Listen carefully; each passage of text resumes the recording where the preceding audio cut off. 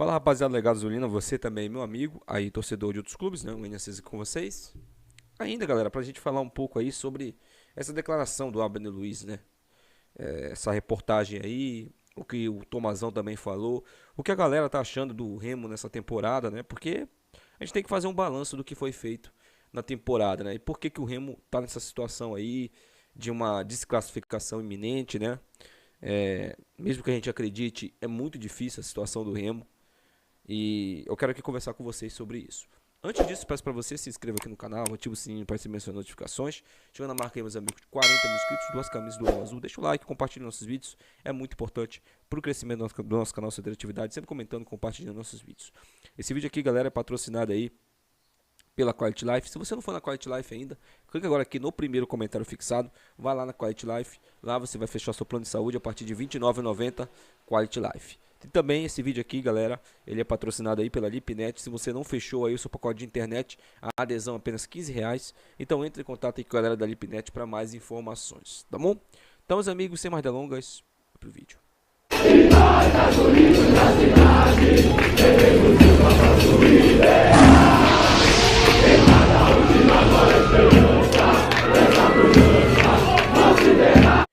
Bom, galera, primeiramente, bora falar um pouquinho aqui sobre a situação do Remo, né? Porque semana passada você pode pegar os comentários dos vídeos, tá? Inclusive teve um cara aí que comentou 3, 4 vezes, né? Falando que o problema era eu, que eu colocava a torcida contra os jogadores, né? E blá blá blá, aquele blá blá blá de puxa-saco, tem. E aí esse cara sumiu. Ele sumiu, não apareceu mais. Eu procurei aqui os comentários dele, ele sumiu. Então é aquilo. É engenheiro de obra pronta, né? É o cara que vem aqui falar as merda dele. Infelizmente, né? Eu queria que ele tivesse continuado aqui, porque isso significaria que o Remo estaria bem, mas não tá. Ele sumiu.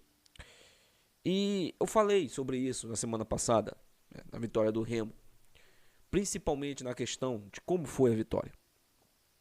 A gente ficou eufórico, ficou ali muito esperançoso, porque o Remo venceu de maneira, posso dizer, heróica, né? Porque não foi tática nenhuma. O treinador entrou com o time totalmente errado. Depois, no segundo tempo, corrigiu, né? E aí a gente toma um gol ali que não era para ter tomado. Mas mesmo assim a gente consegue a vitória no apagar das luzes. E mais uma vez ele repete a merda de time que ele colocou lá no Orlando Scarpelli, no jogo mais decisivo do ano. O Remo é engolido nos 20 primeiros minutos. É amassado literalmente pelo time limitadíssimo do Figueirense, né? E eu nem falo limitadíssimo só porque o Figueirense está numa situação semelhante à nossa. É porque o Figueirense não pode contratar. Diferente do Remo, o Figueirense enfrenta o famoso transfer ban, né? Ele está 6 meses aí sem poder contratar. Então, se o Figueirense passar de fase, vai ser com esse time aí que ele tem. E que provavelmente não vai conseguir o acesso. Mas, nós não estamos falando de questão de contratação. Nós estamos falando da questão mesmo das escolhas do treinador. Porque antes de você contratar jogadores, e o Remo fez isso, você tem que entender as escolhas do treinador. E eu não consigo compreender as escolhas do Rodrigo Santana. Principalmente nos 2 últimos jogos. Principalmente nesse jogo contra o Figueirense. Porque nada que ele falou lá fez sentido. Ele falou que colocou um time para segurar um pouco o ímpeto do Figueirense. E me colocou Cachoeira e Ítalo. Sabe, o Remo ficou com um buracão naquele setor ali. Tanto no meio de campo quanto na ponta direita. Porque o Cachoeira parece um menino correndo. Parece aquele menino correndo atrás de pipa. Não sabe a direção que vai correr. E o Ítalo é um velho, né? É um velho que não consegue correr. Um velho acabado que tá em fim de carreira, gente. Essa que é a verdade. Entendeu? Então ele vai fazer aquela função ali. Mas quando o Remo tiver, né, ali na desvantagem, que aí você tem que colocar um homem mais à frente. E aí você tem que pôr o Ítalo. Então naquele momento ali não era para ter colocado o Ítalo e o Cachoeira. Era para ter colocado um cara que fosse de fato entender o esquema tático. E não adianta falar que o Rodrigo não entendeu o esquema tático, porque ele foi o que jogou melhor. Então, todo mundo viu um jogo diferente do que você viu, Rodrigo. Todo mundo. A imprensa, a gente, os analistas de futebol, todo mundo viu um jogo diferente de você. Todo mundo. Ponto. Tá. Escolhas do treinador, totalmente erradas. As escolhas da diretoria. Ontem o Abner Luiz, né, e eu falei até aqui no vídeo aqui, ele publicou, né, uma reportagem aí falando sobre o arrependimento do Tonhão. né, que está totalmente arrependido por ter trazido o Papelim, e o Papelim não consegue trabalhar, até porque ele não quer também, essa que é a verdade. Não é só o fato do Papelim não ter as ferramentas, ele não quer, porque o Tonhão deu de fato as ferramentas para o Papelim trabalhar, ele não quer. Acertou um salário, tá ganhando um baita salário, né, em dia, e agora o Tonhão tá numa dificuldade até mesmo para se livrar dele. O Papelim, gente, ele de fato é o maior culpado nessa história. Ele não é o único. Ele não é o único. O Tonhão também tem muita culpa. Por que o Tonhão tem muita culpa? Porque o Tonhão tem 30 anos de clube do Remo. O Tonhão vivenciou tudo isso aí. Ele deveria ter aprendido com tudo o que aconteceu, principalmente recentemente com o rebaixamento que a gente teve em 2021, que foi justamente por uma falta de gestão de grupo que a gente foi rebaixado, por uma falta de inteligência, uma falta de conhecimento do futebol, de você agir antes que o pior acontecesse. O Remo não fez isso, quando agiu já era tarde. Então, quando ele estava vendo que aquele time no Parazão não estava dando certo, ele tinha que ter se virado, mas não. Ele entregou nas mãos do Papelim, o cara que montou o elenco. É óbvio que não ia acontecer nada, é óbvio. O Remo também não tem grana para mandar jogador embora. Os contratos foram feitos de maneira errada, porque contrataram jogadores que seriam apostas e fizeram contratos até o final da Série C. Então esses jogadores obrigatoriamente jogariam a Série C também. E provavelmente foi a exigência desses jogadores, Kelvin e Ribamar. Né? Ó, eu vou, mas ainda, por incrível que pareça, Pereba ainda faz exigência. Eu vou, mas eu quero meu contrato até outubro. E o Remo aceita se quiser, e aceitou. E hoje está pagando caro, porque não pode mandar os caras embora e não pode contratar também, porque a folha está inchada. Então foi todo um trabalho feito de maneira equivocada e errada.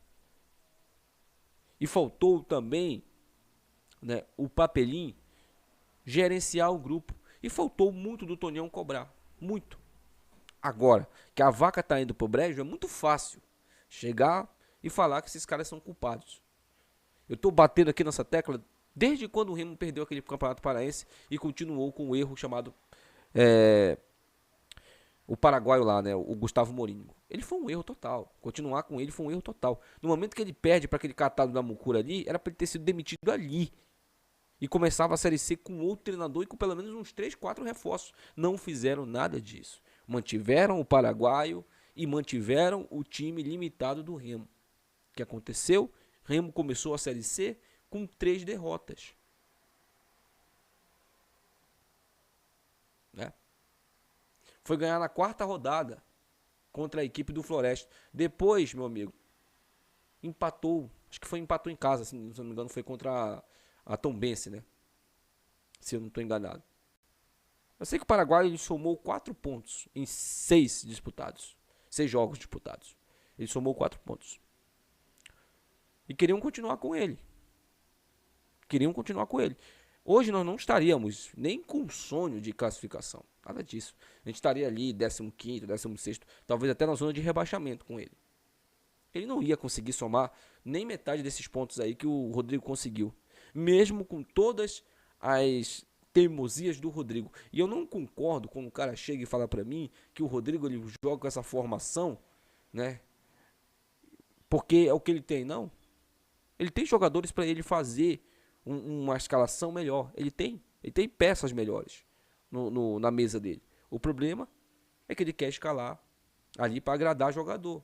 Ele começou com o mesmo ciclo vicioso dos outros treinadores. Começa um bom trabalho, faz um grande trabalho e depois começa a agradar jogador, começa a agradar empresário, começa a agradar dirigente, escalando jogador terrível.